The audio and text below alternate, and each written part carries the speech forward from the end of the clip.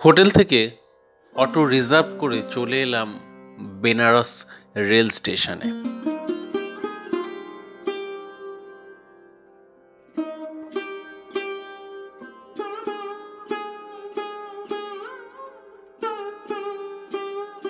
স্টেশনের সামনেই সারি দিয়ে অটো, ট্যাক্সি সমস্ত কিছুই দাঁড়িয়ে আছে।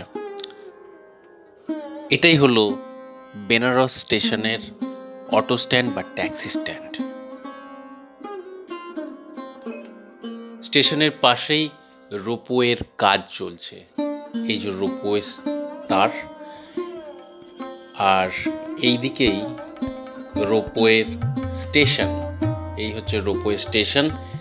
কাজ চলছে এখন বেনারস স্টেশনেতে রোপওয়ে তৈরির।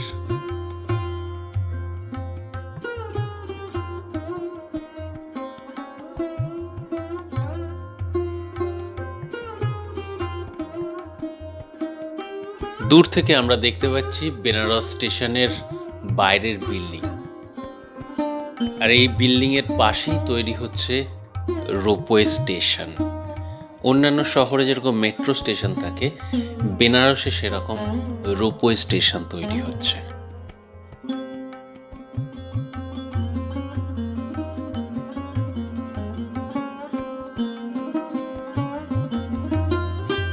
স্টেশনে ঢোকার আগেই একটা পুরনো স্টিম ইঞ্জিনের মডেল আপনাদের চোখে পড়বে।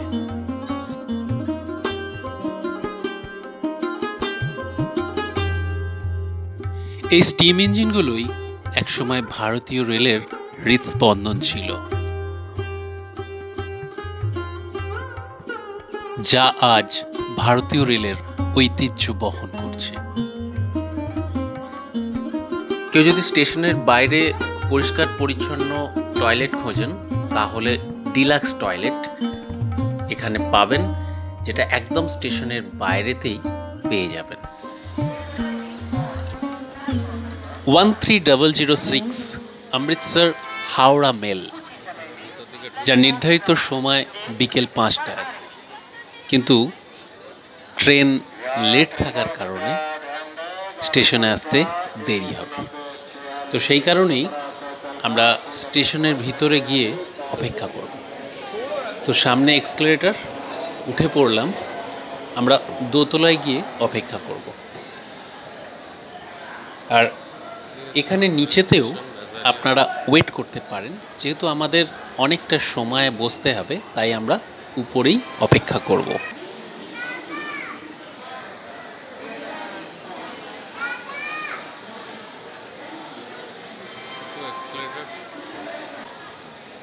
পরেতেও দোকান আছে, এখানেও চা, কফি, স্ন্যাক্স অ্যাভেলেবেল পেয়ে যাবে।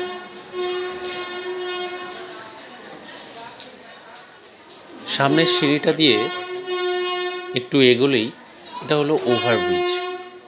এই ব্রিজ ধরে আপনি পরপর আগিয়ে গেলেই আপনার যে স্টেশনে ট্রেন আসছে সেই স্টেশনে আপনি নেমে যেতে পারবেন।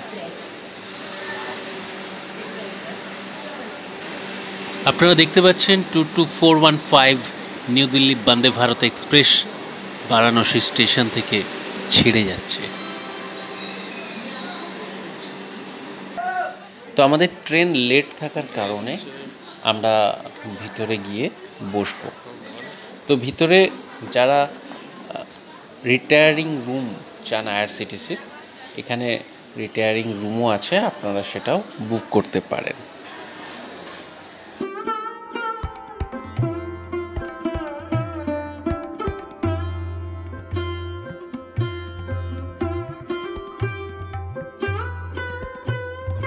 আমাদের ট্রেন অমৃতসর হাওড়া মেল প্ল্যাটফর্মে দিয়ে দিয়েছে। নির্ধারিত সময় থেকে 2 ঘন্টা লেটে আমাদের ট্রেন এলো। এই ট্রেন ধরেই আমরা পৌঁছে যাব হাওড়া।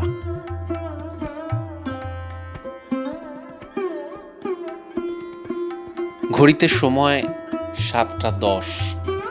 ট্রেন ছেড়ে দিল বেনারস স্টেশন থেকে। ক্রমশ ট্রেন ধীরে ধীরে একটু একটু করে শহর থেকে ছেড়ে যাচ্ছে।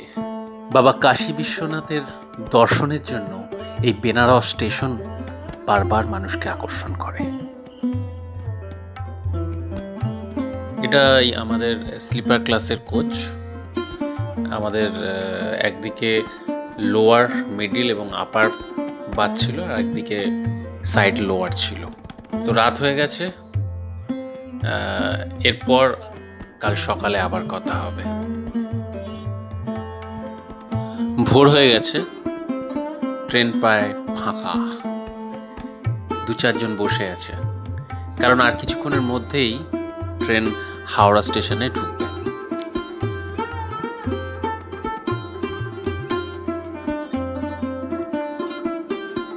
সকালে বাইরের কুয়াশা ভরা আকাশ, আর তার মধ্য দিয়েই ছুটে চলেছে ট্রেন।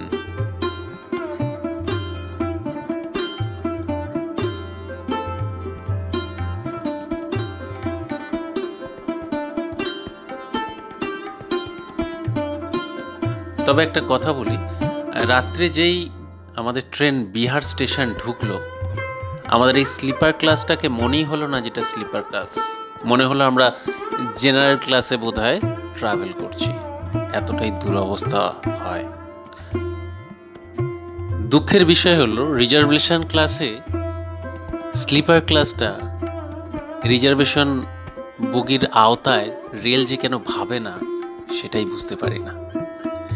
যদি এটা রিজার্ভেশনের কোটাই হয়, অথচ বিআরটি হলেই এটা জেনারেল ক্লাস হয়ে যায়, এই জিনিসটা রেলের ভাবা উচিত, পরিবর্তন হওয়া উচিত এই ব্যাপারগুলো।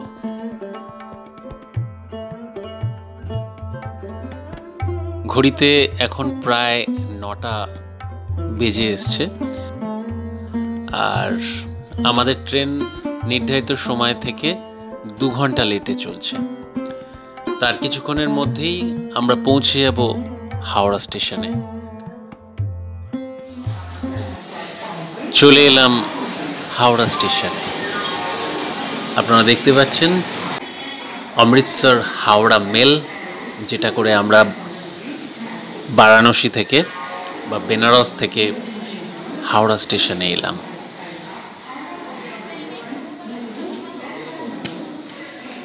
আর ঘড়িতে এখন সময় সকাল 9টা।